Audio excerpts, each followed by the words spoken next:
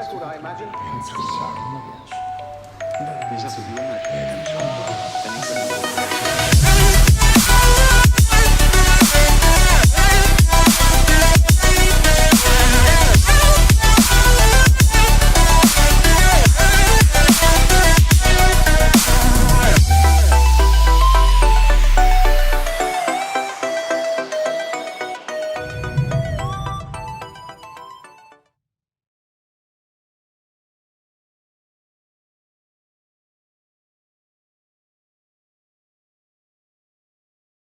Boa noite, meu nome é Fábio Feldman, sou um dos curadores da mostra e hoje é uma grande alegria estar aqui hoje, é um dia muito especial, né? Um dia que nós batizamos aí de Dia Hamlet, e não apenas nós tivemos a oportunidade de exibir duas adaptações muito interessantes aí da peça, né? A versão do Grigori Kozintsev e essa versão maravilhosa aí do Oswaldo Candeias.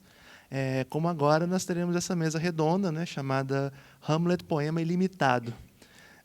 E é uma felicidade enorme ter aqui ao meu lado, né, duas pessoas muito especiais aí que nos brindarão com alguns insights aí sobre a peça, né? Eu gostaria de iniciar apresentando-as, né? Vindo aqui do Rio de Janeiro, nós temos ela que é diretora de mais de 35 espetáculos apresentados no Brasil e no exterior, atriz, mestre em teatro pela University of London, doutora em artes cênicas pela Unirio, diretora do Estúdio Stanislavski, professora de interpretação da Casa das Artes de Laranjeira e da Faculdade Cal de Artes Cênicas, especialista na obra do Stanislavski e do Grotowski e grande estudiosa da obra do Shakespeare. Celina Sodré, muito obrigado por comparecer, é uma honra te ter aqui. E, além da Celina, nós temos também o enorme prazer de receber a professora graduada em literatura americana e inglesa na Jacksonville State University, mestre em literatura em língua inglesa pela Universidade Federal do Paraná, doutora em teoria literária e literatura comparada pela USP, professora atualmente da UFPR, com experiência na área de letras e ênfase em Shakespeare. Ela é também fundadora e coordenadora do site shakespeare.ufpr.br, projeto afiliado ao Global Shakespeare no MIT, né? Professora Helena Leão, muito obrigado, privilégio tê-la aqui. Bom, eu gostaria de iniciar fazendo alguns comentários relacionados a Hamlet, né, que é o tema central da nossa conversa, seguidas pelas colocações iniciais das convidadas. Depois eu vou fazer algumas perguntas, a gente vai ter um bate-papo e mais para frente nós abrimos para participação de vocês, para quem tiver interesse em fazer perguntas, né, algo nesse sentido. O cânone das peças shakespearianas, né, é composto em torno de 38 peças, muitas delas consideradas obras-primas, né, universais, aí, né, uma espécie de unanimidade entre os críticos e os fãs. E no interior desse universo, né, esse universo bastante generoso, acredito que nenhuma peça se destaque tanto quanto Hamlet, né? O crítico polonês Jan Kot, né, no estudo dele sobre o Shakespeare, que a Celina comentará em alguns instantes, ele diz o seguinte: a bibliografia das teses e estudos sobre Hamlet daria um volume 2 vezes maior que a lista telefônica da Varsóvia. Jamais se escreveu tanto sobre qualquer dinamarquês de carne e osso. O príncipe de Shakespeare é, indiscutivelmente, o mais célebre cidadão da Dinamarca. E trata-se, portanto, né, de uma das obras mais analisadas, perscrutadas, decompostas e reinventadas, né, da história da literatura, em todos os tempos. Para ficarmos só no âmbito cinematográfico, né, acredito ser seguro defender que é a peça mais adaptada para as telas, né, desde a versão clássica do Laurence Olivier, passando pela versão integral do Kenneth Branagh, as versões livres, né, do Kurosawa, do Celestino Coronado, do Thomas Vinterberg. Parece que vários diretores grandiosos de cinema tentaram reinventar, reimaginar, criar uma ponte entre Hamlet e a contemporaneidade. Parece-me que, junto de Romeu e Julieta, Hamlet é a peça mais popular do Shakespeare, né? De forma que, mesmo aquelas pessoas que não têm familiaridade com os escritos do Shakespeare, do Bardo, conhecem, ser ou não ser, ou estão familiarizadas com a imagem paradigmática, né, do príncipe erguendo ali o crânio do Yorick, né? Mas, ao mesmo tempo, embora seja a peça mais popular, ela é também uma das mais polêmicas, né? Uma das mais polarizadoras, daquelas que parecem suscitar questões, interpretações e pontos de vista. O famoso crítico americano Harold Bloom, em um estudo sobre a peça, ele diz: Hamlet faz parte da vingança de Shakespeare contra a tragédia de vingança, não pertencendo a gênero algum. De todos os poemas, é o mais ilimitado. E, em função disso, vamos conversar um pouco a respeito desse grande desafio, né, dessa grande peça, essa grande obra. E gostaria de iniciar pedindo para que a professora Celina Sodré dissesse algumas palavras. Bom, antes de tudo, eu quero agradecer o convite de estar aqui. Eu estou bem feliz de estar participando aqui da mostra do Reinventando Shakespeare. E agora, nesse início, eu quero falar a respeito, não a respeito da peça, mas a respeito dele, do Hamlet, que, para mim, é extraordinário, ele. Porque eu já nem sei se a gente pode dizer um personagem, porque o Hamlet é tão mais do que um personagem. Eu não sei se ele é um arqui-personagem, se ele é um super-personagem, mas ele é um sujeito que ao qual a gente se refere como se fosse uma pessoa encarnada, porque de tanta profundidade que tem a fala dele, a ação dele, a articulação dele no mundo. Então, o Shakespeare criou esse sujeito que, eu não sei se tem algum ator aqui presente, mas, para os atores e as atrizes também, porque não é uma questão de gênero, você estudar o Hamlet e conhecer o Hamlet ele pode ser uma chave mestra para outros personagens, porque ele abre, ele tem todos os personagens nele, dentro dele. É como se ele fosse realmente um arcabouço extraordinário da própria condição humana. Então, quando você pensa, sei lá, no Tio Vânia, do Chekhov, se um ator vai fazer o Tio Vânia, ele pode entrar no Tio Vânia pelo Hamlet. E, se ele entrar pelo Hamlet, ele tem uma possibilidade extraordinária de entender o Vânia, ou de entender outros personagens famosos da literatura, como o Gregor Samsa, da Metamorfose, do Kafka, que também é um Hamlet, ou o Hans Castorp, da Montanha Mágica, do Thomas Mann.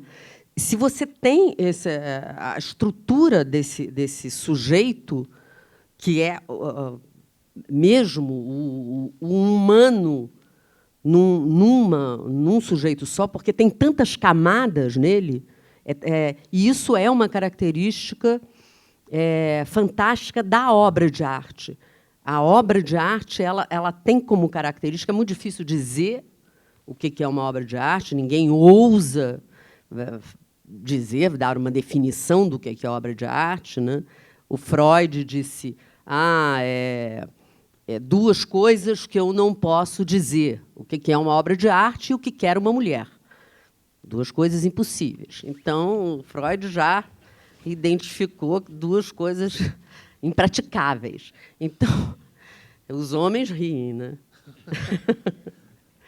Mas, então, a gente pode falar 1000 coisas a respeito do que é uma obra de arte, mas a gente sabe que uma das características da obra de arte é que ela tem uma quantidade imensa de camadas que geram profusões de sentidos, porque as combinações das camadas são tão múltiplas, e cada combinação gera uma profusão de camadas. Então, é profusão de sentidos que você, no caso do Hamlet, isso é tão extraordinário que por isso que o Cott fala essa coisa, né? Quer dizer, tem mais uma bibliografia, lista dos trabalhos e teses escritos sobre Hamlet é maior do que a lista telefônica de Varsóvia. E deve ser hoje, quando ele escreveu, hoje deve ser muito mais, deve ser maior que a de Nova York, né? Não sei, de Tóquio. Então, porque exatamente é uma tal quantidade de sentidos que ele vai portando para nós, se a gente entra nesse universo dele, que é mítico e, portanto, é muito antigo, talvez mais antigo do que o próprio Shakespeare, do que ele mesmo, né? Então, é extraordinário isso. Então, esse livro do Cott é esse aqui, que eu assim, super recomendo, quem quer estudar o Shakespeare, chama Shakespeare Nosso Contemporâneo, do Ian Cott, e que é um livro assim imperdível para quem quer estudar o Shakespeare. É maravilhoso. Então, acho que é isso que eu vou falar agora. Queria agradecer o Fábio e o Marcelo. E essa mostra, na verdade, vocês estão inaugurando a celebração dos 400 anos de Shakespeare, porque, em 2014, a gente teve os 450 anos do nascimento e agora a gente, comemorando muito mais agora no mundo, os 400 anos da morte. 1616 ele morre. E, então, é ótimo que a gente está iniciando isso aqui em Curitiba. A gente vai ter no Festival de Teatro também uns mini-cursos de manhã, de 9 às 11. Eu acho que vai ser no Solar do Rosário. E vai ter uma mesa redonda também, acho que com o Tiago Lacerda. E não sei com mais quem. Mas, enfim, vamos ter 3 peças também no festival. Então, quer dizer, o que a gente está começando hoje aqui, vocês podem depois continuar o estudo. E eu nunca estive numa mesa aqui nessa mesa com a Celina, mas é o maior prazer, porque eu sou assim eu sou fã de diretor e de ator. Quer dizer, eu sou totalmente frustrada, que eu queria ser diretora ou atriz, mas não deu, né? Bom, então agora eu vou começar a falar um pouco o que eu vou falar hoje. Eu estou mais focada, vou falar isso mais no final. É porque hoje eu vi, não sei se vocês viram um filme do Kozintsev. Quem viu aqui? Então, não vou falar muito. Hã? O russo. Deixa eu ver, levanta bem o braço, que não estou enxergando nada. Então, bastante gente viu, né? Eu queria falar... Esse aqui é um livro que ele escreveu, esse é o diário quando ele escreveu o Lear, que é The Space of Tragedy. Não foi traduzido para o português. E o diário de quando ele escreveu o Hamlet, que o Hamlet é de 1900, o filme é de 1964, chama Time and Consciousness. Também não foi traduzido para o português. Mas antes de entrar, então, no filme mais tarde, que o Fábio disse, só mais tarde. Só que eu só consigo pensar no filme, porque eu vi o filme e fiquei... Eu tenho algumas observações para fazer. Então, além desse negócio dos 400 anos, tem um negócio no Hamlet que ele, quando ele saúda os atores, quando os atores chegam em Elsinore, ele fala assim, que os atores são... E como é que eu vou traduzir isso? The very age... A Celina sabe inglês, porque morou em Londres. The very age and body of time. Quer dizer, o ator é o quê? A essência do tempo. Dos tempos. São os caras que revelam o seu próprio tempo. Então, a gente vai falar um pouco disso aqui, da peça e da questão da metateatralidade, que a peça, o Hamlet, oferece uma reflexão sobre o teatro. Aquele famoso conselho que ele dá aos atores, do not saw the air too much with your hands. Eu sei a peça mais em inglês, mas eu trouxe a tradução aqui, né? Não gesticule demais, né? Tudo tem que ser feito com moderação. Ação com a palavra com a ação. Suit the action, adeque a ação à palavra e a palavra à ação. Depois a gente lê ali. Então, cada geração vai ter o seu Hamlet, né? Então, o Brasil tem o seu Hamlet também. Nas montagens, a gente tem os Hamlets nas montagens e a gente tem os Hamlets também, por exemplo, na visão da Celina, da do Fábio, da minha. Eu vou jogando fora, assim, tá? Depois que eu falo. Agora, a outra coisa que eu queria falar, que é uma coisa bem interessante, tem um crítico chamado Maynard Mack, que ele escreveu uma coisa que eu achei fantástica. Ele diz assim, esse negócio da personalidade que a Celina começou a comentar aí. Se você pegar o Hamlet e botar na peça Otelo, não tem tragédia. Porque o Hamlet, se o Iago chegar no ouvido dele e ficar falando, tua mulher te traiu, sugerindo, ele nunca vai chegar a matar a Desdemona, porque ele demora, o Otelo, quando se convence, ele mata, ela pede assim, deixa eu viver mais meia hora. E ele não deixa, ele sufoca ela. Né? E o Hamlet ia deixar, porque ele tinha que primeiro, vamos dizer, satisfazer a própria consciência dele para depois agir. E, se você fizer o contrário, você pegar o Otelo e colocar na estrutura do Hamlet, na história do Hamlet, só tem a primeira cena. Porque, quando o fantasma aparece e diz assim, eu fui envenenado pelo seu tio que jogou um veneno no meu ouvido, o Hamlet ia sair dali com uma espada, o Otelo, né? Ia sair com uma espada e ia matar o tio. E o Hamlet fica 5 atos pensando. Né? Então, isso é interessante, porque cada tragédia ela é muito marcada pelo personagem, pelo jeito que o personagem fala, pelo jeito que o personagem pensa. E eu queria falar mais uma outra coisa que eu acho, assim, para mim, é muito interessante do Hamlet.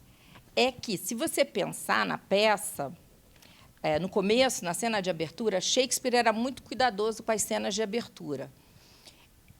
Como é que a primeira frase do Hamlet é quem está aí?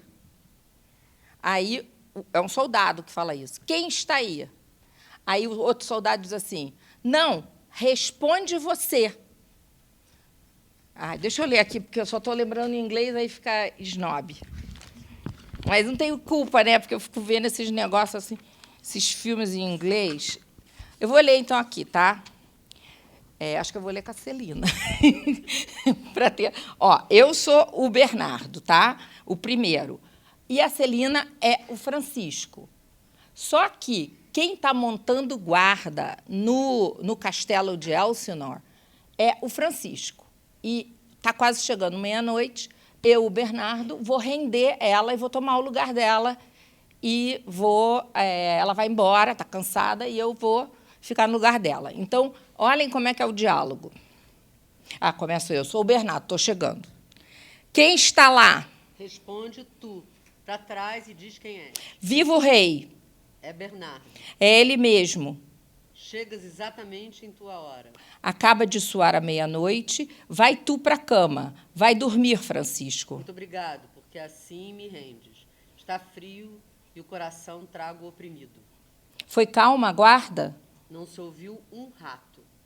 Muito bem, boa noite. Se encontrares o Horácio e o Marcelo, companheiros dessa noite, eu te peço que os apresse. Os apresse porque ele está com medo. Creio que os ouço. Em guarda, quem vem lá? Aí o Horácio fala. Agora eu virei o Horácio. Amigos do país. Fiéis ao rei. Bom, só essa página inicial dá para você ver o seguinte. Primeiro, se ela está montando a guarda, obviamente eu vou chegar para rendê-la, como que eu não vou saber quem está lá? E a primeira pergunta que o Bernardo faz é, quem está lá? Ô burro, você não vai render o outro soldado? Você não sabe quem está lá? O que isso revela? Quem está aí? Para trás e diz quem é? Bernardo, ele mesmo. O que isso revela? A tensão, a atmosfera de medo. Então, Shakespeare era um mestre nas cenas de abertura. Isso aí é para criar a coisa do medo, tem alguma coisa errada, tem alguma coisa podre no reino da Dinamarca. E outra coisa que eu acho bacana dessa cena de abertura é o seguinte, quem está aí para trás? Bernardo, as perguntas. É tudo cheio de pergunta. E o Hamlet, se vocês pensarem, primeiro que vocês contarem o número de perguntas, a peça é toda no modo de interrogação, interrogativo. Por exemplo, a frase mais conhecida do Hamlet é ser ou não ser. Essa é que é a questão. Então, pergunta também. Então, se eu puder enumerar aqui, vou enumerar, por exemplo, quando o Hamlet faz aquela grande divagação sobre o que é o homem.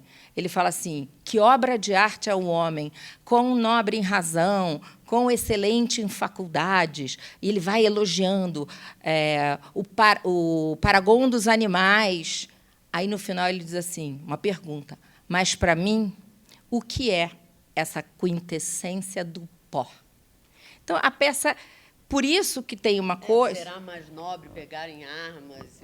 O to be or not to be é isso. Todo perguntado. Né? Então, você vai...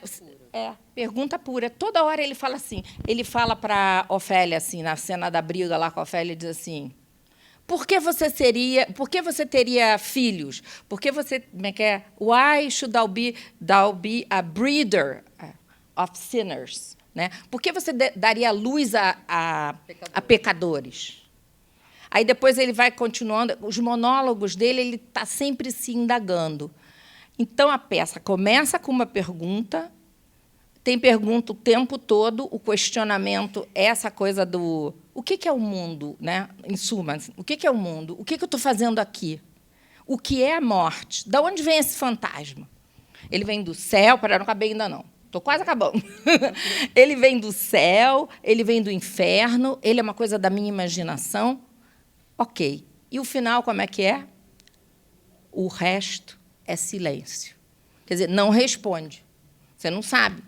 O resto, quando ele está morrendo, ele diz assim, o resto eu não posso contar, porque eu nem sei. É silêncio. Então, eu acho que isso é muito legal do Hamlet. Por isso que a gente sempre acaba relendo o Hamlet. Acabei a minha visão do Hamlet. Posso ir embora até. Não, tem mais coisas para falar, mas, assim... A essência que eu acho do Hamlet, para mim, é isso, porque é um homem assim. Chega aquele fantasma com um código de vingança medieval e diz assim, me vingue, fala várias vezes. E o Hamlet não é um homem medieval, ele é um homem do Renascimento. Ele é um homem que quer, primeiro, ter certeza para depois agir. Então, o código do pai dele... do mundo do pai dele é o da vingança. Mas ele não é um Otelo. Ele é o Hamlet, é o herói da consciência. Então, é esse conflito entre esses dois mundos que gera as perguntas e perguntas sem resposta. Agora acabei. Ok, obrigado, foi ótimo. Deixa eu pegar o resto aqui, que eu joguei tudo no chão.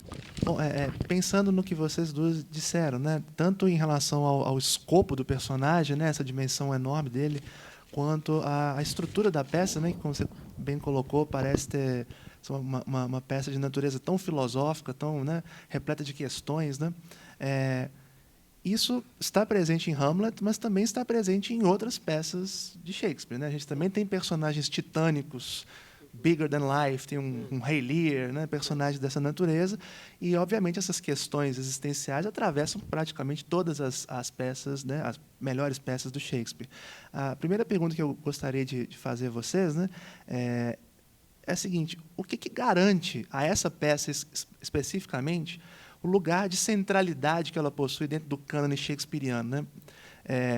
Mais de 400 anos depois da sua elaboração, ela continua influenciando tantos diretores, tantos dramaturgos, tantos pensadores e atraindo tantas pessoas. Em comparação com as demais peças do Shakespeare, qual é a opinião de vocês em relação a isso? O que Hamlet tem que nenhuma outra peça possui? Eu acho que tem uma dimensão que é do próprio personagem, de funcionar como espelho para todos. Então, você se vê. Na verdade, a peça fala de você. Então, se ela é bem lida ou bem montada, articulada na cena, com competência e qualidade artística, você se vê e vê as suas questões lá. Então, ela tem essa capacidade de se referir a você mesmo. E isso é uma das coisas mais extraordinárias, uma das maiores possibilidades do teatro, que é de levantar questões sobre o próprio sujeito, para o sujeito espectador ou o sujeito leitor, se ver e se refletir ali. Então, ela tem essa coisa do inconsciente muito à tona, porque os inconscientes geralmente estão soterrados, estão recalcados. Mas esse inconsciente, no Hamlet, ele vem todo à tona, porque tem o fantasma, tem esses elementos que vêm, que estariam recalcados e não estão recalcados, estão à mostra. Então, tem a Ofélia, que é um rebatimento do Shakespeare, do Hamlet. Ela é Hamlet, de novo, duplicado em feminino, e ela volta, as questões dele voltam nela. Então, está tudo à flor da pele, não tem nada soterrado que você tenha que escavar. Vem tudo à tona o tempo todo, as coisas estão todas à tona. Então, tem essa coisa que é extraordinária da play scene, que é a chamada play scene, que é a cena em que ele, querendo ter uma corroboração da verdade ou não verdade do dito do fantasma, porque o fantasma diz, assim, completamente para ele que o tio fez isso, envenenou, não sei o quê, tudo, né? Mas, mesmo assim, e a gente não pode existir a interpretação de que seria um delírio dele, porque o Marcelo vê, o Bernardo vê, o Horácio vê. Tem, no mínimo, mais 3 pessoas que veem o fantasma. Mas ele, como ele é o homem contemporâneo, ele é um homem moderno, ele não é aquele homem bárbaro, arcaico, ele quer checar. Será que aquilo não é um espírito do mal que se fantasiou de rei Hamlet e vem dizer essas coisas para ele? Ele quer checar. Ele faz uma checagem objetiva. Então, ele cria essa circunstância de chegam os atores em Elsinore, ele pergunta para os atores, ele conhece muito o teatro, porque quem era babá dele era o Yorick, que era o bobo da corte. Então, ele passou a infância dele recebendo as companhias de teatro que chegavam em Elsinore. Então, ele aprendeu teatro, ele entende de teatro, ele entende direção de ator. Ele é um expert, nesse sentido, ele é o Shakespeare, ele é o próprio Shakespeare. Então, ele vai para os caras e diz: que peça vocês podem apresentar essa noite? Aí eles dizem: A Morte de Gonzago. Aí ele, que conhece muito bem a peça, diz: e se eu escrever 10 linhas, vocês podem botar aí no meio da peça? Aí os caras dizem: e decorar e botar no meio?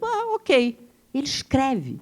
E nessas 10 linhas, ele coloca o que o fantasma disse. E ele espera a reação do Cláudio. Quer dizer, ele escreve essas 10 linhas para ver se ele captura a consciência do Cláudio.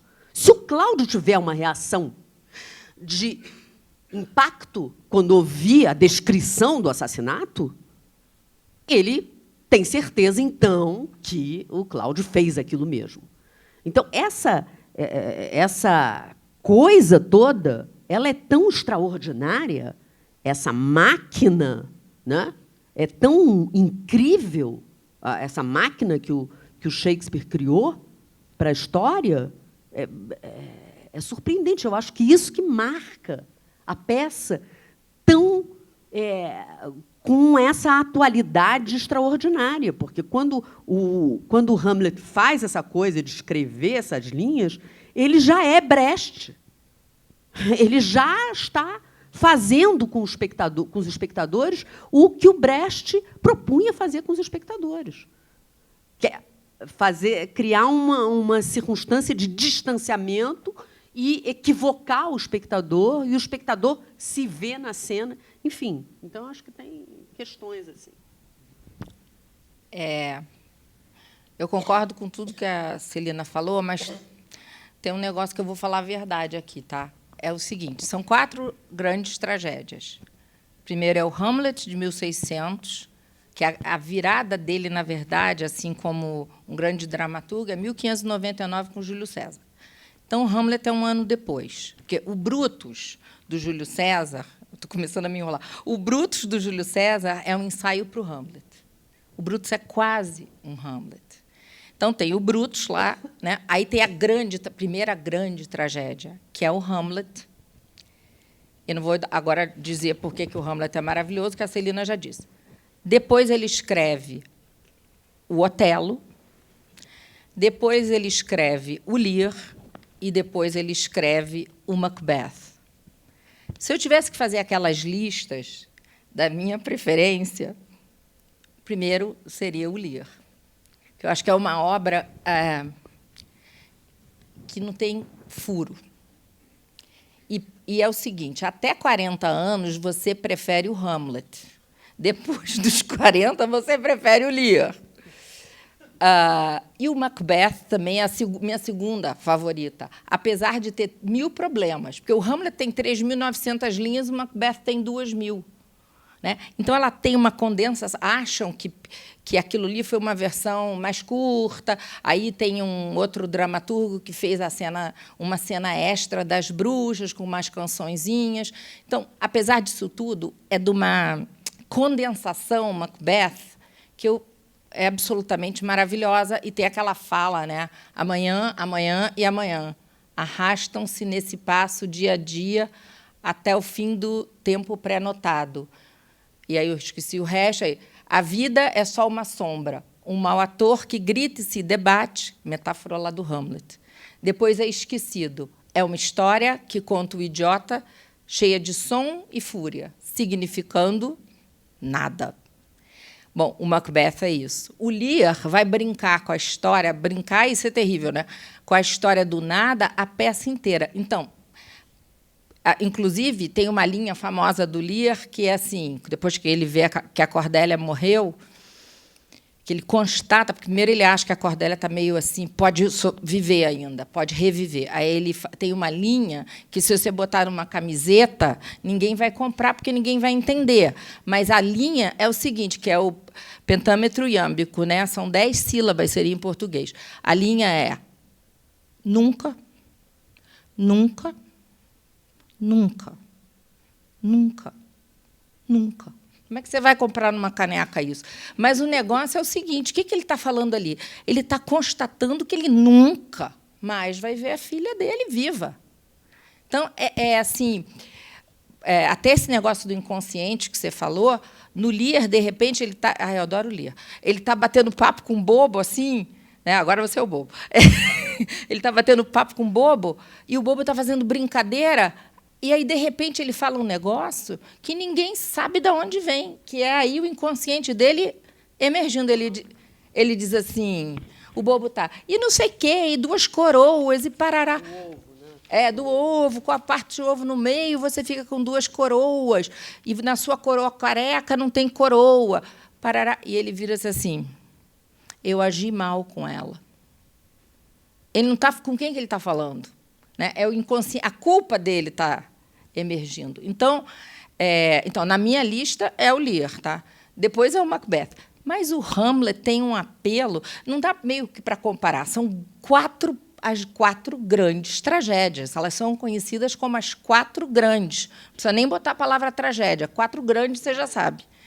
Então, eu estou fazendo uma besteira aqui de comparar, mas, enfim, e os temas serão recorrentes nas peças. Agora, por que o Hamlet a gente fica lendo de novo? É pelo aquilo que a Celina falou. Tá? Já falou. Eu só quis dizer que eu adoro Lear. Tem um ponto muito curioso. Vocês duas mencionaram o escopo do personagem, né? E mencionaram o fato de que ele é meio que um precursor da modernidade em muitos aspectos, né? Ele é quase que um proto-iluminista, assim, né? Mas uma coisa que é muito curiosa, e na sua fala você fala sobre todas as hesitações dele antes de agir, etc. Mas existe um tema que me parece atravessar o Hamlet e que atravessa várias outras peças do Shakespeare, que é o tema da loucura, né? Que, porém, diferentemente do Lear, ou até do Macbeth, ou do Tito, Andrônico, né, aqui a loucura é apresentada de uma forma bastante ambígua, né, de modo que a gente não, embora o Hamlet, no ato final, né, ele admita para o Laerte, né, que, olha, eu estava louco, né, não fui eu que fiz isso, foi o outro Hamlet, né, a gente nunca sabe com absoluta certeza, né, onde que começa a loucura e onde que termina o cálculo, onde que termina a dissimulação. Eu gostaria que vocês, se possível, falassem um pouco com a gente sobre esse tema e a opinião de vocês em relação a isso, dentro do Hamlet. Quer começar?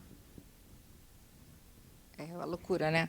Então, olha só, eu vou pensar também historicamente na obra. Tem uma peça que antes do Hamlet, é uma das primeiras tragédias que ele escreve, que Shakespeare escreve, que é o Titus Andrônicos. E, naquela peça, o Titus já fica louco. Então, o tema da loucura realmente percorre a obra, talvez não nas peças históricas, mas nas tragédias. Depois, quando vem o Hamlet, tem essa história da loucura fingida, que é a loucura do Hamlet, que é um artifício para saber se o rei é culpado ou não é culpado, que a Celina falou aqui. E tem a loucura real, que é a loucura da Ofélia, que realmente ela enlouquece. Então, para o Hamlet, a loucura é um instrumento de investigação, né? Ele finge.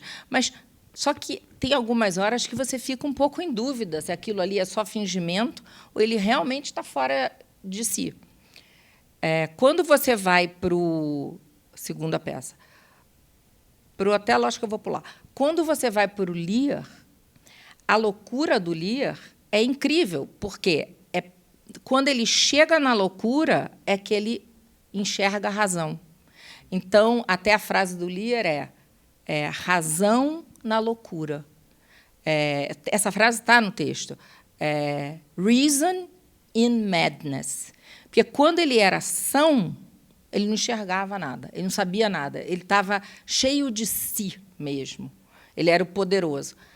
E, quando ele começa a enlouquecer, é que ele começa a enxergar as coisas como elas são. E aí é a tal do reason in madness, né? Razão na loucura. Outro personagem do Lear que usa o artifício, que nem o Hamlet, da loucura é o Edgar, que ele se disfarça de o louco Tom do hospício de Bedlam, que era um hospício famoso lá. Para quê? Para ninguém... porque o irmão tinha intrigado ele com o pai, e ele tem que se despir, ele se despe, bota só uma coisinha assim para cobrir as partes, e bota se machuca, assim, bota que nem os loucos, a caricatura do louco lá do Renascimento. Então, aí esse é outro tipo de loucura. Aí, se você for para o Macbeth, a grande loucura é a cena da Lady Macbeth, do sonambulismo. Então, realmente, isso que você falou, esses temas, como o tema do mundo como palco, nós somos só atores, eles percorrem a obra, porque Shakespeare, apesar dele, em cada peça, ser um dramaturgo totalmente diferente, tanto que você não consegue chegar a uma fórmula da tragédia dele. A única coisa que você pode dizer da tragédia shakespeariana é que termina em morte. Porque cada uma das tragédias ela vai ter um funcionamento, ele não segue modelo, né? Que até o Pedro Susequinde estava comentando isso anteontem. Ela não tem aquele modelo prescritivo da leitura que os franceses fizeram da poética de Aristóteles. Então, ele é um dramaturgo, Shakespeare, nesse sentido, experimental, porque, em cada peça, ele experimenta, ele não se repete, apesar dos temas permanecerem, apesar do Titus Andrônicos, o Titus ser uma versão mais tosca do Lear. apesar do Brutus ser uma versão do Hamlet. E, por aí, apesar de um lado das peças históricas, o Bolingbroke, por exemplo, dos Henriques, Ricardo II, Henrique IV, ser uma versão da ambição do Macbeth. Então, você tem essas permanências, mas sempre de modo inteiramente diferente. Por isso que, se vocês começarem a ler Shakespeare, é uma coisa horrível, porque vocês nunca mais vão parar. E vocês não vão conseguir ler nada mais. Que aconteceu isso comigo, agora eu não leio mais nada. Porque você só fica lendo aquele negócio, entendeu? Acabou. Acabou a sua... E romance você não consegue mais ler. Porque aí, quando começa a descrever, se descrever uma coisa, você desmaia. Porque você só quer ler o drama, entendeu? E o drama poético. Você quer ação. Você quer o personagem revelado na fala. E exige muito mais, como... Isso você que sabe melhor, né? Exige muito mais da imaginação do leitor. A peça encenada é até, vamos dizer assim, mais fácil, mas lida tem que aprender. Nem é tão mais fácil, porque, como praticamente não tem rubrica nenhuma, só tem entra e sai, você tem que descobrir tudo. Para encenar, e a encenação valer a pena. Você lê o Shakespeare, é uma coisa extraordinária. Para valer a pena você ir ao teatro, para valer a pena você ir ao teatro, tem que acontecer alguma coisa na cena que não está escrito e que te dá um elemento. Senão, você fica em casa lendo, pelo amor de Deus. E não Se é para recitar em cena, então... Né? Exatamente. Porque isso que você está falando é incrível. Porque, por exemplo, assim, não tem a rubrica. Praticamente não tem rubrica. Só tem assim, sai e entra. Praticamente só tem isso. Ou então, tem uma rubrica que é famosa, sai perseguido por um urso. É uma que é famosa. Mas não tem rubrica. Então, o que acontece? Quando você está lendo, eu estou até agora fazendo umas revisões de Shakespeare, das traduções da Bárbara Eleodora, e o que acontece? Às vezes, a revisora do português resolve consertar o português. O que acontece é o seguinte, às vezes ela não percebe que o personagem que está em cena, ele está falando com você, Marcelo, e, de repente, ele, sem indicação de rubrica, ele fala com o outro. E depois ele dá uma parte que ninguém está ouvindo, é como se fosse um micromonólogo. Então, como é que você, na leitura sozinho em casa, você vai sacar isso que eu estou falando?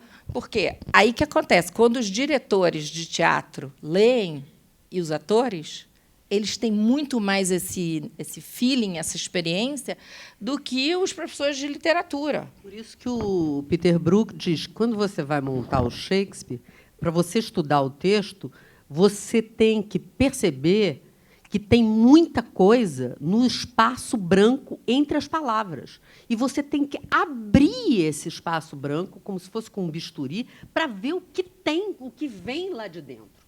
Porque não é, as palavras são o veículo, mas não são a própria coisa. A própria coisa é o que está, o que as palavras veiculam. Então, essa é uma coisa... Eu acho essa colocação do Brook fabulosa, porque realmente é um manancial.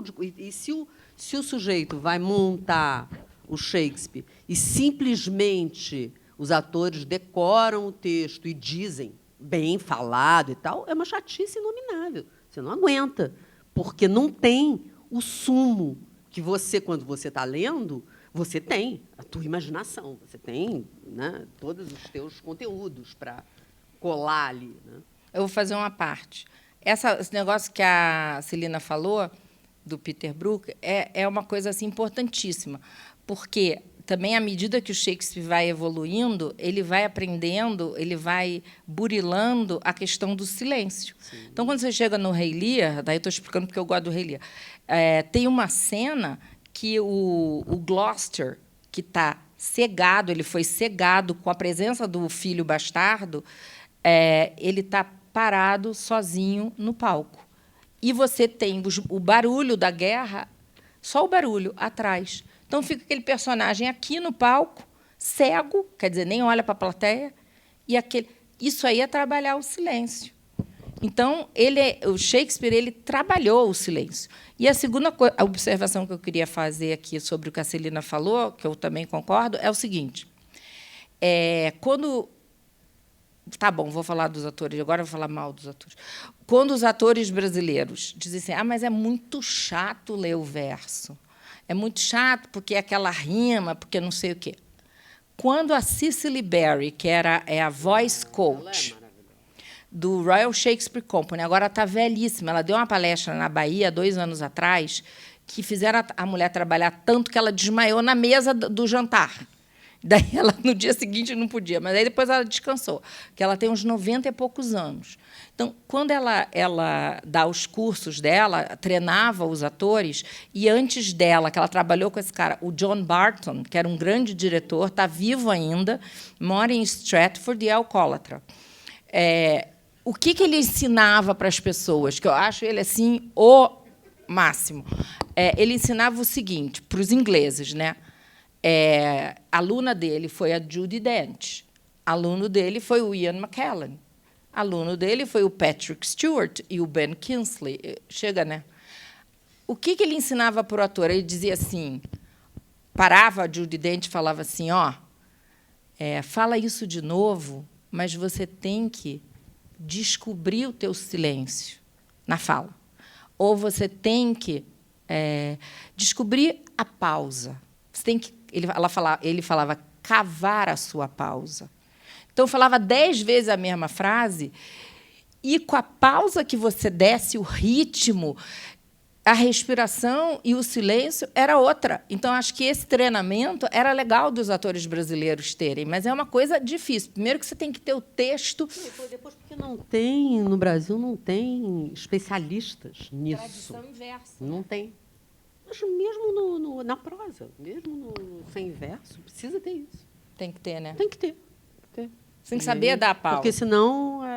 E também saber mudar o tom. Porque, de repente, você fala alto, de repente, você fala baixo. Daí, quando você quer chamar muita atenção, você fala muito baixo, que aí todo mundo presta. Entendeu? Aquelas coisas de retórica mesmo. Bem, mas eu queria ir para a questão da loucura. Vamos lá. Não vou falar muito, não, mas... porque eu acredito piamente na encenação do Hamlet a respeito da loucura dele, porque eu acho que ele está sempre, o tempo todo, na maior lucidez. Inclusive, eu desconfio que aquela cena que não acontece na peça, mas porque a Ofélia vai para o Polônio, para o pai dela, e conta que o Hamlet entrou no quarto dela e fez isso, fez aquilo, e olhou para ela, e pegou ela pelo braço, pelo pulso, e segurou ela com força. Eu acredito que essa cena não ocorre. Eu acho que o Hamlet diz para ela ir dizer isso para o Polônio. E ela vai lá e diz isso para o Polônio. Isso é uma coisa óbvia. A minha viagem, da minha leitura da coisa. Porque ele tem um tal nível de lucidez, o monólogo do Ser ou Não Ser, é de uma tal lucidez, e quando... A coisa genial de quando ele escreve aquele bilhete amoroso para a Ofélia, ele fala, né, aquelas coisas maravilhosas para ela, que ama ela, que ela, o sol, a lua, não sei o que e tal, e que ele não sabe escrever em verso, não sei o que, não sei o que. No final, ele diz: teu eternamente, queridíssima dama, enquanto esta máquina for minha. Então, ele chama o corpo dele de máquina. Ele tem a consciência de que a estrutura física dele é uma máquina, que ele próprio, não sei, o espírito, usa esta máquina. Então, ele diz: eu te amo eternamente, enquanto esta máquina for minha. Porque depois que essa máquina não for mais minha, eu sinto muito, não vou poder te amar, né? Então, e daí é que surge o texto do Rainer Müller, que é uma das mais brilhantes adaptações da segunda metade do século XX do Hamlet, que é o Hamlet Machine, o Hamlet Máquina, É daí, dessa fala, que vem o Hamlet Machine, que teve poucas montagens no Brasil, mas que é uma obra-prima do Heinrich Müller. Ok. Eu queria fazer uma última pergunta relacionada ao personagem Hamlet, para que depois a gente fale um pouco mais sobre a estrutura, outros aspectos da peça e sobre o filme, né? Sobre as preferências cinematográficas de vocês. Mas uma coisa que sempre, eu acho que desafia muitos críticos e sempre me encantou e, ao mesmo tempo, perturbou, né? É o fato de que, ao longo dos 4 atos iniciais, né, da peça, né, o personagem do Hamlet, vocês colocaram bem, é um personagem ambíguo, gigantesco, que, ao mesmo tempo, é inteligentíssimo, sedutor e também perverso e cruel, né? E, no 5º ato, quando ele retorna para Elsinore, né, há uma impressão de que o tom muda. Assim, né? A fala dele parece representar um certo quietismo, assim, como se alguma coisa dentro da personalidade dele tivesse sido alterada. Né? Eu não sei se essa é uma leitura defendida por todos, né? Mas eu gostaria de saber a opinião de vocês. Assim, vocês acham que, quando o Hamlet chega no desfecho da peça, ele ainda é o Hamlet do início da peça? E, se não, o que aconteceu? Eu acho que tem uma coisa que acontece, não sei se é isso, mas tem uma coisa que acontece muito séria. Quer dizer, quando ele chega pelo cemitério. Ele dá de cara com o coveiro abrindo um túmulo novo para alguém e tirando restos, ossadas de antigos ocupantes daquele lugar ali. E pula um crânio. Bom, aí o Hamlet pega esse crânio e diz: ah, você sabe de quem é? Uma piada do Hamlet. Mas o cara sabe. E o cara diz: já sei. Do Yorick, o bobo do rei. Aí ele fica completamente... É um choque para ele. Alas por Yorick. É um choque, né? Porque esse cara, o Yorick, foi importantíssimo para ele.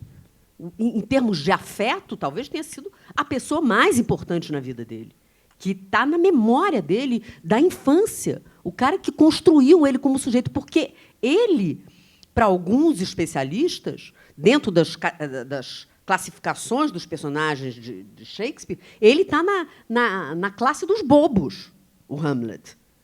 E ele está na classe dos bobos, ele tem características de bobo, porque ele é discípulo do Yorick. O Yorick formou ele como sujeito. Então, ele encontra o Yorick, fala com o Yorick. E, em seguida, essa comoção extraordinária, vem vindo um cortejo de enterro, que ele acha curioso. Quem será? Porque tem a mãe dele, tem o Cláudio. Então, mas não estão na parte nobre do cemitério, estão na parte de indigentes. Então, ele diz: quem será? E aí é a Ofélia, que não tem direito a Campo Santo porque se suicidou. A amada dele. Então, aí eu acho que a coisa, ele desmorona internamente. Acho que tem um desmoronamento egóico dele. Quer dizer, se tinha ego, o ego se esfacela e ele fica em carne viva, dali para o fim. Me parece isso. Acho que é isso mesmo. Mas vou tentar falar alguma outra coisa. É isso mesmo. Eu ainda estou impactada com o que ela falou. Essa coisa que você perguntou de que momento tem essa cena que eu acho que é bacana, porque ela é uma cena que ela é misturada. Ela tem um pedaço da cena que é cômica e tem um pedaço que é isso que a Celina falou, que é extremamente dolorosa para o Hamlet, né? Porque o Yorick era o substituto da figura paterna. Agora, em que momento ele muda, assim, textualmente, em que momento da peça? Depois que ele é chamado para o duelo final com o Laertes, ouçam só essa passagem aqui. O Hamlet fala, o Horácio fala assim: perderá essa aposta, meu senhor. Aí ele diz assim: não creio, desde que o Laertes foi para a França, eu tenho treinado constantemente. eu vencerei com a vantagem que me oferece, mas não podes imaginar a angústia que sinto no coração. Mas não importa. Aí Horácio diz, mas não, meu bom senhor, querendo que ele não lute. Aí ele diz assim, isso é tolice. Mas o Hamlet é uma espécie de pressentimento que talvez perturbasse uma mulher. Aí Horácio, se o seu espírito rejeita alguma coisa, obedeça-lhe. Aí aqui que está a parte que o Hamlet muda. Ele diz assim, de modo algum, nós desafiamos o agouro. Há uma providência especial na queda de um pardal. Se tiver que ser agora, não está para vir. Se não estiver para vir, será agora. E se não for agora, mesmo assim virá. O estar pronto é tudo. Se ninguém conhece aquilo que aqui deixa, que importa deixá-lo um pouco antes? Seja o que for. Let be. Então, isso aqui é maravilhoso. Porque em português, por melhor traduzido que esteja, você não tem aquela coisa das falas já estarem quase assim que icônicas, assim, quase que mantras, né? Prontidão é tudo. Prontidão é tudo. O estar pronto é tudo. Prontidão é tudo. Quer dizer, readiness is all. E o final, let be. E o modo também como ele fala, if it be now, it's not to come. É muito bacana, entendeu? Então, acho que a partir desse momento, e por causa dessa experiência do cemitério, da morte da Ofélia, ele está pronto.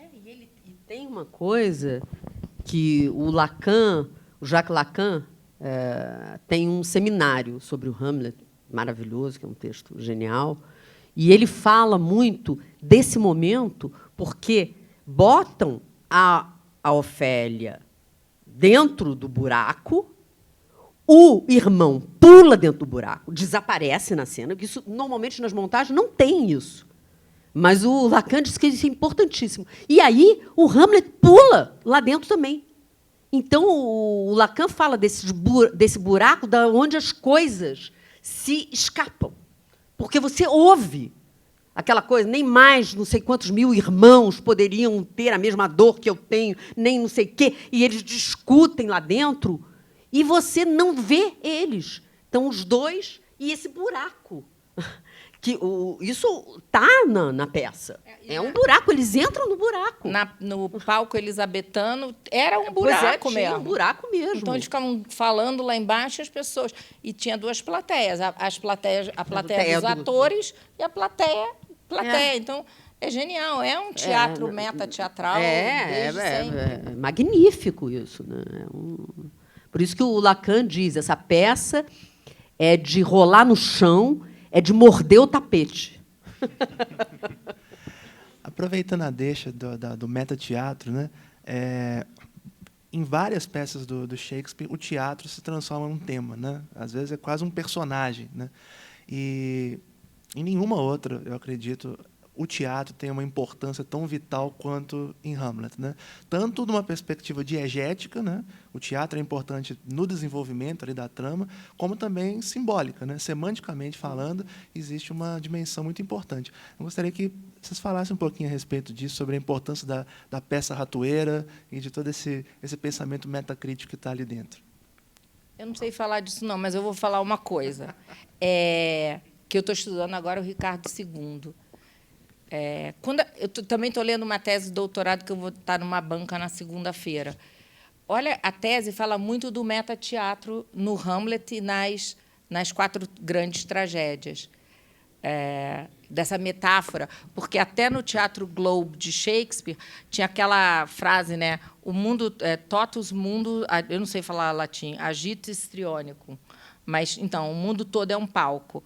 E tem a grande fala no Como Quiserdes, As You Like It, como é que é? All the world is a stage, o mundo todo é um palco. And all the men and women merely players. E os homens e mulheres apenas atores.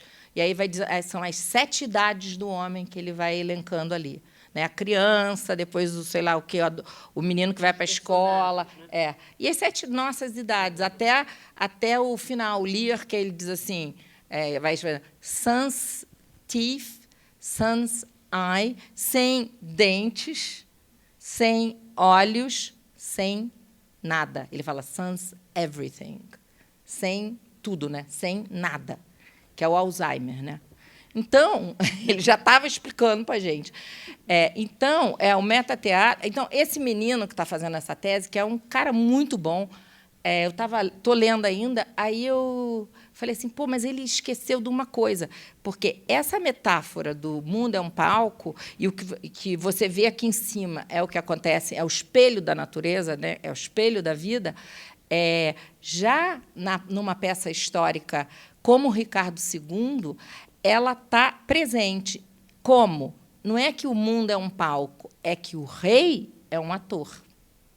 Então, ele tinha essas duas facetas. O mundo é um palco e espelha a natureza, e nós somos atores que interpretamos papéis. E o Hamlet é todo isso, porque, se você pegar o do Kozintsev, por exemplo, aquela corte corrupta, que aparece várias vezes na peça, está interpretando o papel.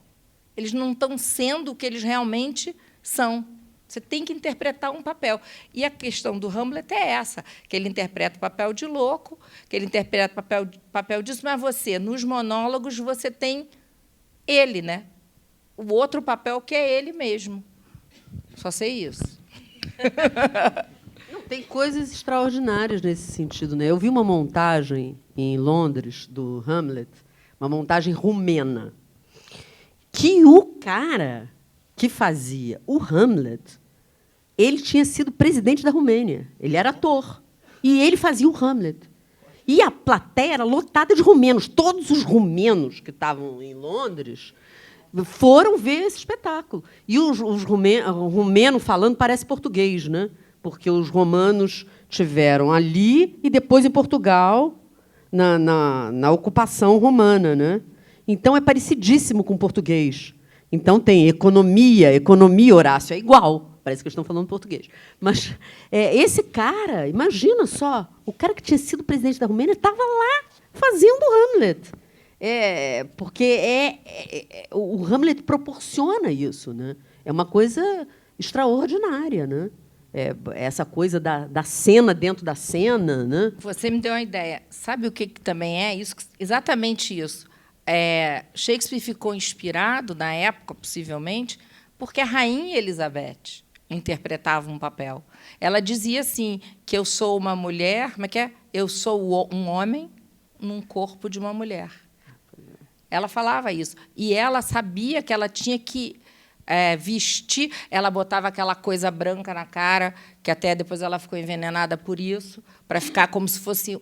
Você veja, a Inglaterra era protestante, e a rainha Elizabeth, ela criou a mitologia dela como a Virgem Maria, né? The Virgin Queen. Então, e ela criou várias mitologias, como Gloriana, como, sei lá, The Fairy Queen. Então, ela vivia de personagens, e ela sabia isso. Então, quer dizer, era uma coisa assim que muito marcado naquela época por causa da rainha. E Shakespeare percebia isso. Né? Ele captou tudo, né? essa... Ele percebia simplesmente tudo e mais alguma coisa, né? E à frente no tempo, né? E você vê assim que um dos livros mais famosos do Artaud é O Teatro e Seu Duplo, que exatamente o Artaud está querendo dizer que o teatro e o seu duplo, que é esse, que o teatro é que é o real mesmo, e tem esse real aí de fora do mundo, que é o duplo do teatro. E para o Shakespeare já era isso. Quer dizer, o real mesmo era a cena. E essa duplicação da cena. Então, para o espectador, aquela coisa que eu falei, tem esse espelhamento, e o sujeito, então, pode se ver mesmo como realidade, e não na estrutura ilusória do mundo. Porque aonde está a estrutura ilusória está no mundo, e não na cena. Na cena está o real. Então, essa coisa aí, o Shakespeare coloca isso de uma forma contundente. Acho que os gregos também, né? Porque, lógico, ele leu os gregos, né? Então, quando o Sófocles escreve o Édipo, né, evidentemente tem uma referência ao Édipo no Hamlet, que está presente. Então, talvez, quando o Freud concebe a questão do complexo de Édipo, e talvez o Hamlet seja o primeiro sujeito que tem complexo de Édipo, completamente exposto para todos. O complexo de Édipo dele não tem camuflagem, está lá, né? Então, isso é muito legal, né? A nossa mostra é uma mostra de cinema em que a gente tem contemplado, sobretudo, versões criativas, né? Versões problematizantes do cânone shakespeariano. Assim. E eu queria, Celina, você redigiu uma dissertação, né, em que você analisa duas peças adaptadas para o cinema, uma peça adaptada 2 vezes para o cinema, que foi o Macbeth, nas mãos do Polanski e do Kurosawa, né? E nesse texto você desenvolve um conceito, né, que é o conceito do segundo original, que inclusive quem ainda não adquiriu o nosso catálogo, né, a Celina contribuiu com o texto em que desenvolve um pouco esse conceito também. Eu gostaria que, se possível, você explicasse para a gente um pouco esse conceito, porque eu acho que tem tudo a ver com a mostra e com os filmes que nós selecionamos. Esse conceito foi o conceito que eu engendrei para essa dissertação de mestrado na Inglaterra, porque eu estava fazendo mestrado em Shakespeare on Film. Então, era bem específico, né? E eu peguei, então, esses 2 filmes, esses 2 Macbeth. E eu usei esses 2 filmes para dizer assim, que o Macbeth do Polanski não é um segundo original, e o do Kurosawa é um segundo original. E aí eu vou traçando por quê. Por que um, na minha opinião, um é e o outro não é.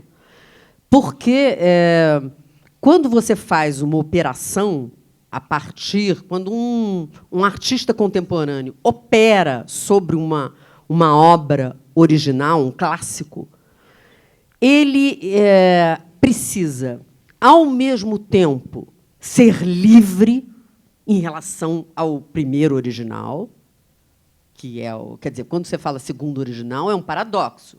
Porque se é original, só tem primeiro. Então, foi exatamente essa questão do paradoxo que eu quis colocar, né? Então, o sujeito precisa ser livre e, ao mesmo tempo, precisa ser muito fiel. E parece impossível que seja livre, que seja fiel. Mas é possível. Parece impossível, mas não é. Então,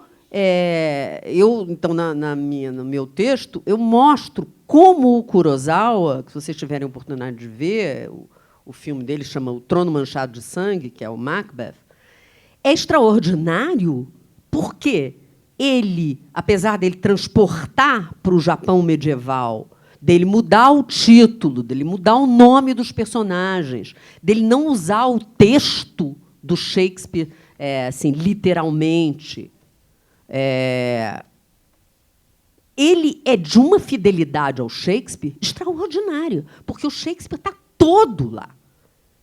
E, ao mesmo tempo, não é Escócia, não é aquela época, as feiticeiras, que são 3, ele bota uma só. Quer dizer, ele é livre totalmente para mexer no original e, ao mesmo tempo, fidelíssimo. E isso a gente vê, e o contrário no Polanski, porque o Polanski é fidelíssimo no nível da aparência, mas não é fidelíssimo no nível da dimensão, da espessura do Macbeth. Porque o Macbeth é muito espesso. E o filme do Polanski não tem espessura. E eu fico muito tranquila de falar isso, porque eu sou fã do Polanski, amo muitos filmes dele, e acho que esse é um filme menor dele. Não é dos grandes filmes dele. Ele tem filmes extraordinários, como Bebê de Rosemary, enfim, filmes magníficos. E esse não é.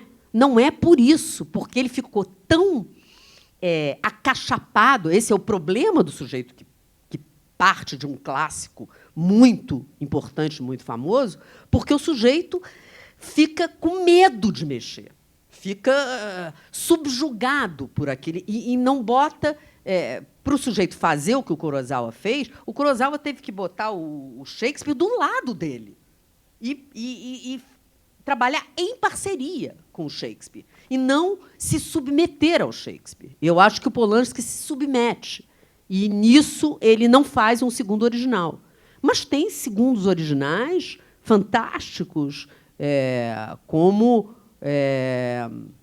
quem é o diretor do Morte em Veneza? O Visconti, quando faz Morte em Veneza, ele pega lá o conto do Thomas Mann e faz uma obra que é tão importante quanto o conto, ou até mais, não importa, mas porque ele não fica submetido.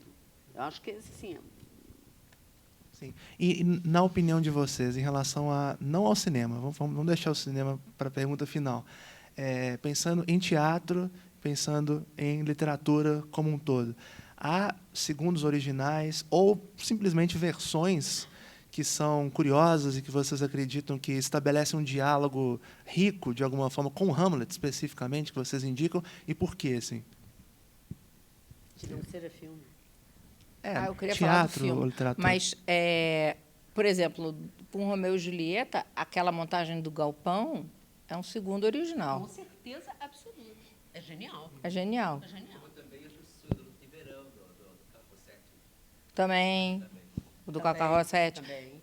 Eu gostei também dos clowns de Shakespeare, o Ricardo III, achei. Sua Excelência Ricardo III. É cheio das canções do Nordeste, as excelências. É muito bacana. Quem dirigiu foi o Gabriel Vilela. Tem uma brasilidade e, ao mesmo tempo, não é que é fiel. Ele consegue traduzir aquilo. Traz o âmago, né? Traz. A essência da coisa. Mas, realmente, eu não... eu só consigo pensar que eu tenha visto, né, no Galpão, no Gabriel Vilela, que também em outras peças ele errou. Para falar a verdade, tem umas que não foi bem. O Macbeth, quando ele fez com o... que ele estava até careca, o Marcelo Antony, não foi bom. Quer dizer... Mas acontece o seguinte, às vezes, no Brasil, para Shakespeare, eu tenho uma certa paciência.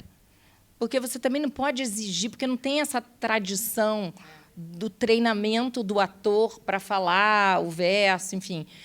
E eu acho que esse caminho da brasilidade, da cultura popular, do barroco, do Gabriel, é um caminho bacana, entendeu? Então, eu acho que a montagem do Romeu e Julieta, que dá para ver na internet vários, é genial. Por exemplo, a cena do balcão, quando o Romeu fica embaixo e a Julieta em cima, ele faz dentro da veraneio, a Julieta dentro e o Romeu fica em cima. Então, depois tem uma parte com perna de pau. E vamos dizer, é o fiel infiel, entendeu? É o que mistura. Agora, você não deixou eu falar, mas depois eu falo do cozinho. Agora, mas o... Aquela frase que a moda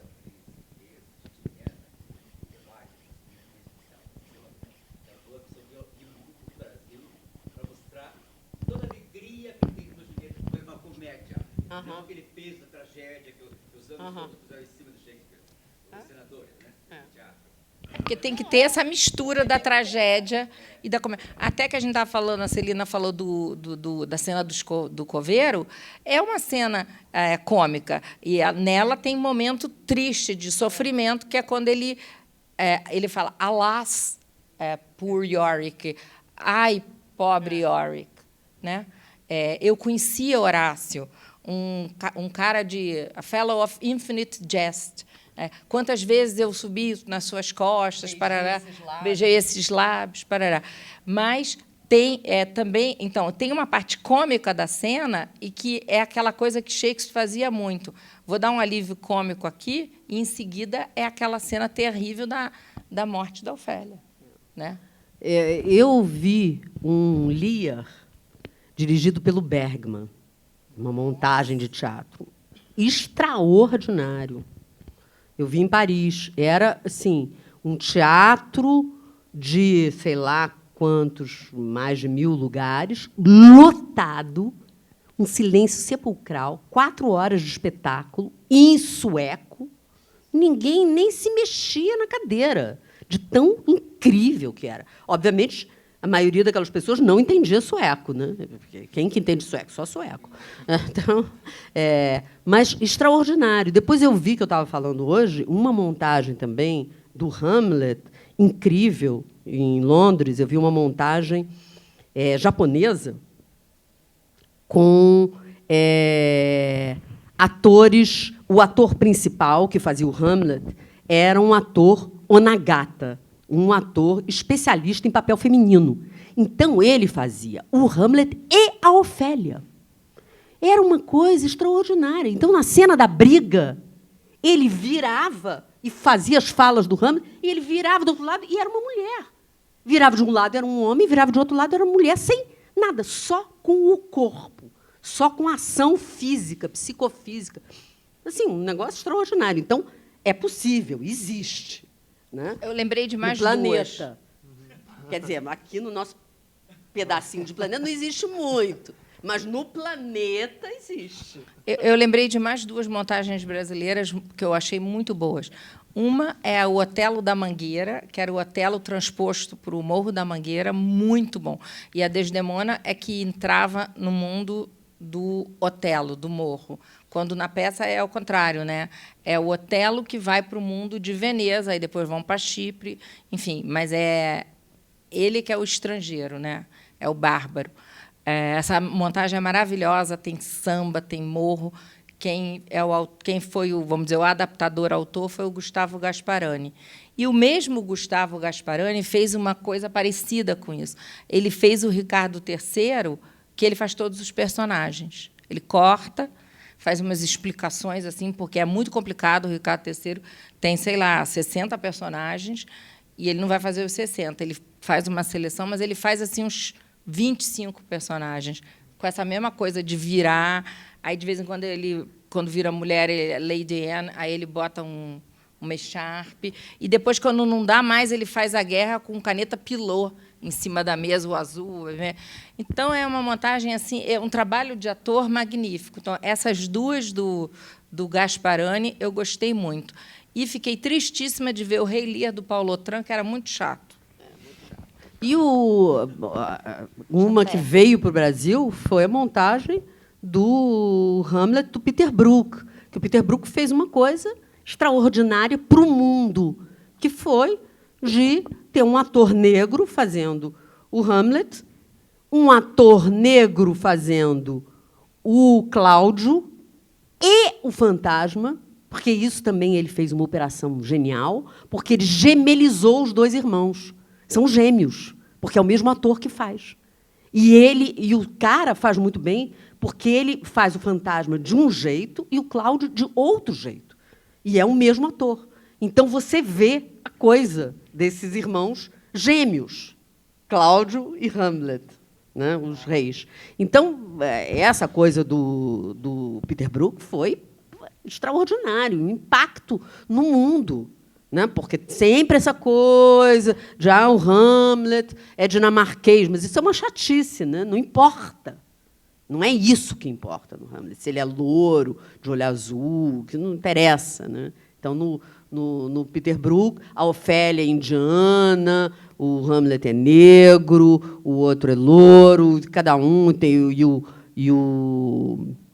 o ator principal da peça da Ratoeira é japonês, é o Yoshio Ida. Bom, vamos fazer a última pergunta, então. Aí, logo em seguida, a gente abre para que vocês possam participar também da conversa. Vamos chegar no cinema, então. Adaptações ou versões de Hamlet que vocês consideram seminais, importantes. Nós, aqui na mostra, nós exibimos 3 adaptações, 3 versões. Né?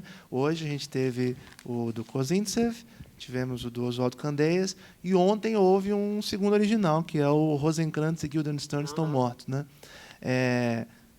Há outras versões?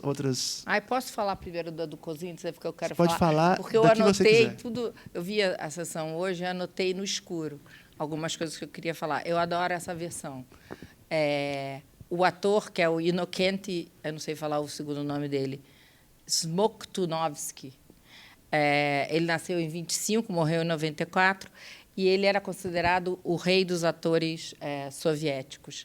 E ele quis fazer o Hamlet, e foi escolhido um pouco por isso, porque o Kozintsev queria muito falar sobre a Rússia pós-Stalin.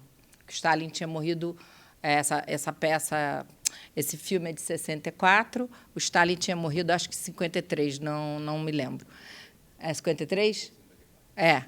E ele tinha feito antes O Idiota, do Dostoiévski, e essa versão do Kozintsev, o próprio Laurence Olivier, quando você pensa assim, Hamlet, você pensa no Laurence Olivier, né? Elogiou essa versão. Talvez ela seja a versão, entre os especialistas, mais considerada. Para mim, é o grande Hamlet, né? Esse ator fez o grande Hamlet. O Laurence Olivier fez um Hamlet muito mais a questão do indivíduo, do Édipo. Inclusive, ele e o diretor foram conversar com o discípulo do Freud, o Ernest Jones, e acreditaram naquele negócio do Édipo total, entendeu? E o Kozintsev, ele faz um Hamlet que é político.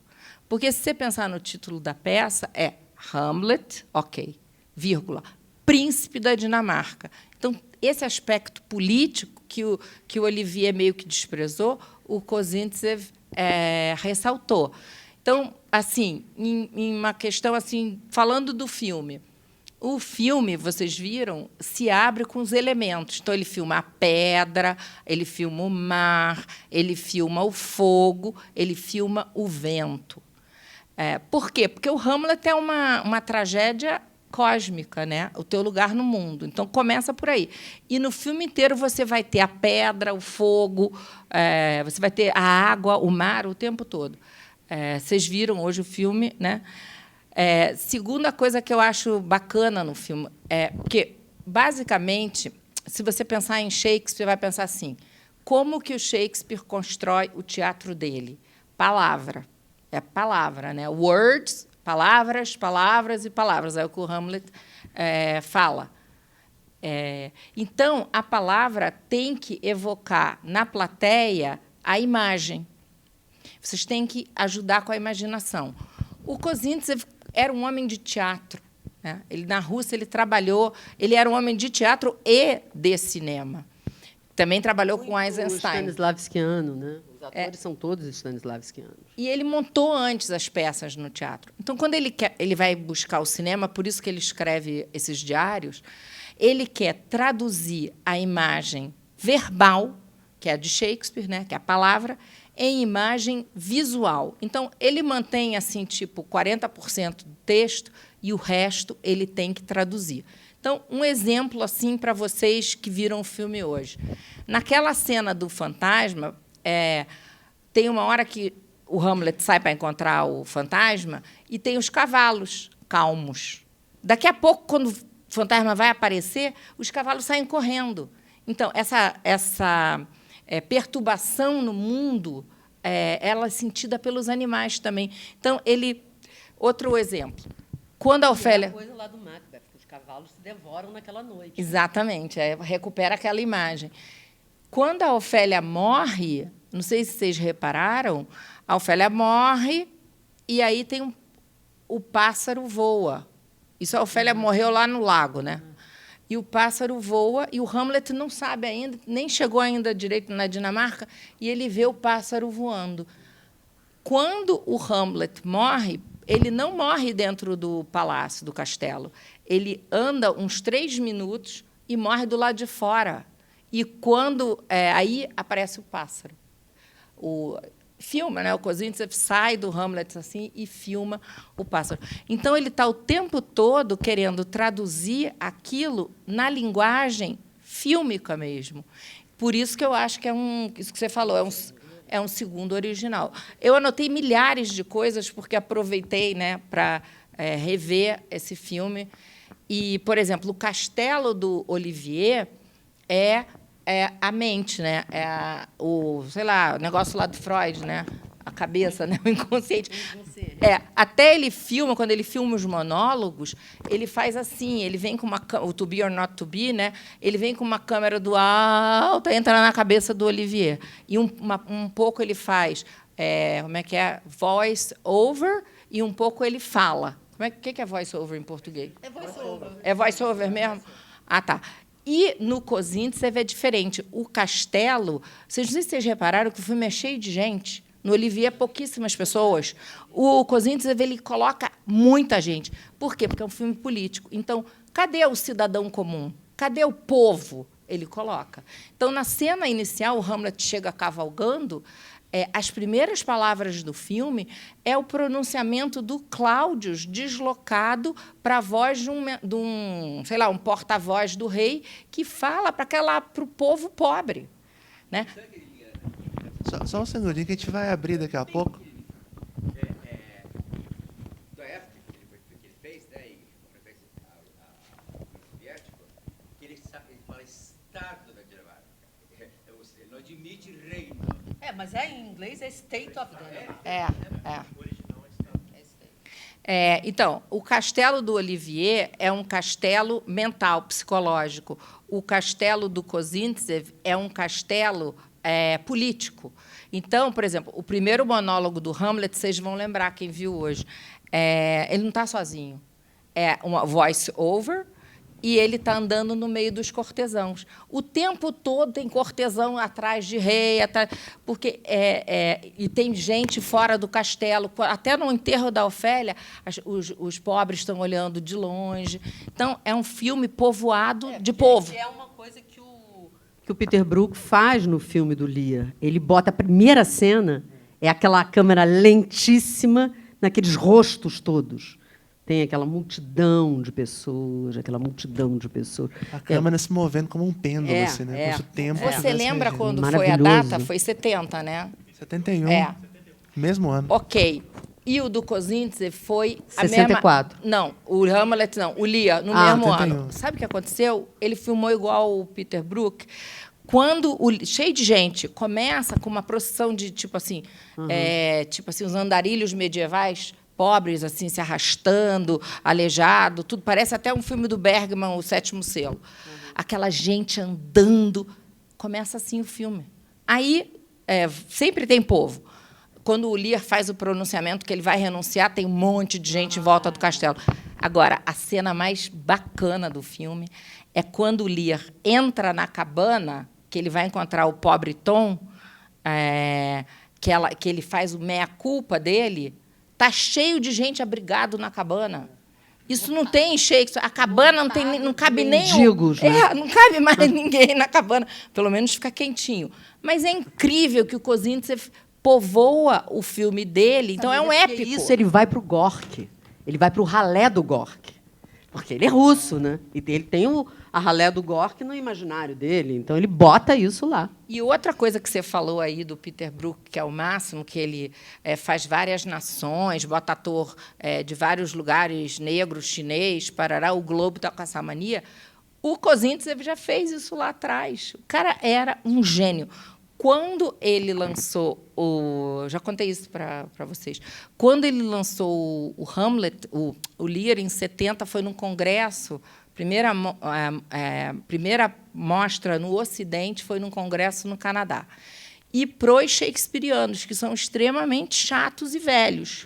Você não pode ter menos de 65 anos para ser aceita. Ok, a velharia, super especialistas todos, e duram a beça, eles vivem. Aquela velharia, quando acabou o filme, ficou aquele silêncio, que é o melhor silêncio para um diretor, né? Maravilhoso. Pá! Aí os shakespearianos todos, depois daquele minuto, levantaram e aplaudiram de pé, que eles nunca aplaudem de pé. Porque no teatro na Inglaterra, uma vez eu vi... Não, já vi a Maggie Smith, ela não é aplaudida, e é maravilhosa. E, em compensação, em Nova York, eu vi o Tom Hanks, ele não fez nada. Ele é ótimo ator, mas ele não fez nada. Ele entrou no palco e já foi aplaudido. Tipo assim, entendeu? Entrou...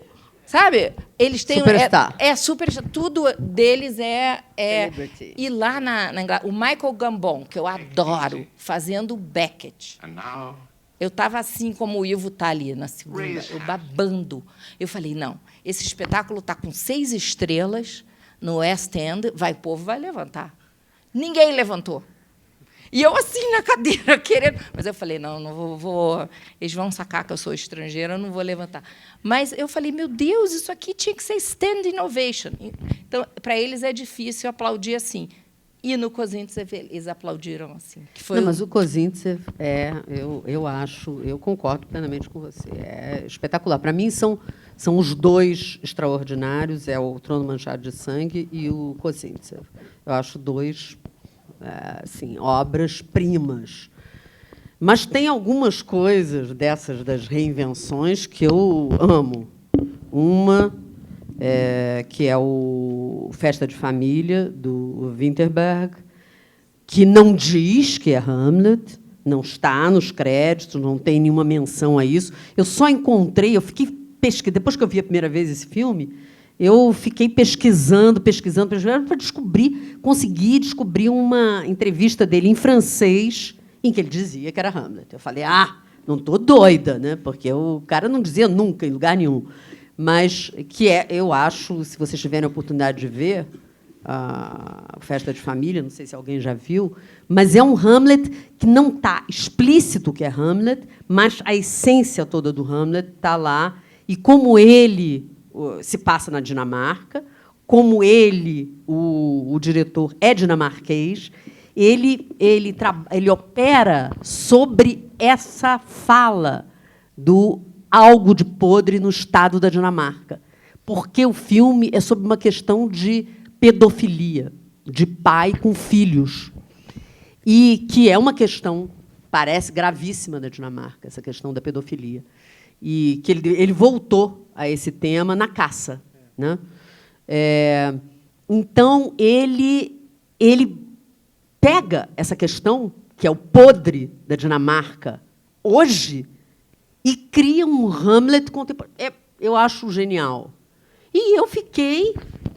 A partir de hoje, eu sou fã total, incondicional, desse filme A Herança, que eu vi hoje pela primeira vez na vida, aqui.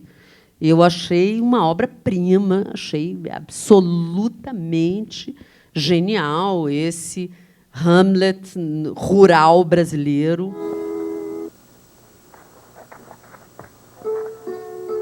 Deixa eu falar mais uma coisa só do Kozintsev, que eu acho que vocês ficaram impactados com isso, eu fiquei. A questão da Ofélia. Ela aprendendo aquele balé, né? Tá. Aí, quando o pai morre... ela tem as amas dela lá vestindo ela do luto e bota aquela coisa que parece uma prisão, né? Uma armadura. Que é uma espécie de cinto da castidade gigante. Exatamente. Aí ela fica assim. Bom, aí ela vai falar com o Cláudio e com a Gertrude e ela olha para a cara da ama, da professora de balé que aparece. E ela começa que nem uma boneca, né?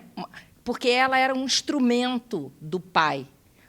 Para o pai atingir, sei lá, e ela virou um instrumento do rei para atingir. Por isso que eu acho que ela também é um instrumento do Hamlet que vai comprovar a loucura dele quando ela vai lá e descreve aquela cena. Por isso que não tem a cena do Hamlet indo no quarto dela e fazendo aquelas coisas. Tem só ela dizendo que ele foi. Mas quem disse que ela está dizendo? Mas o Kozintsev bota essa cena. Mas não tem. Na peça é uma cena reportada. E a Ofélia, depois aí tem os estágios da loucura, porque aí ela está com essa roupa e faz aquelas coisas, aí ela começa a tirar a roupa, na próxima cena ela já está descabelada, descalça e com um camisolão, e aí ela morre. Porque quando você... Era uma convenção do teatro elisabetano. Se você ficasse com o cabelo solto e descalço, queria dizer que estava louco. Louco não podia aparecer bem vestido direitinho. Eram as convenções da dramaturgia elisabetana.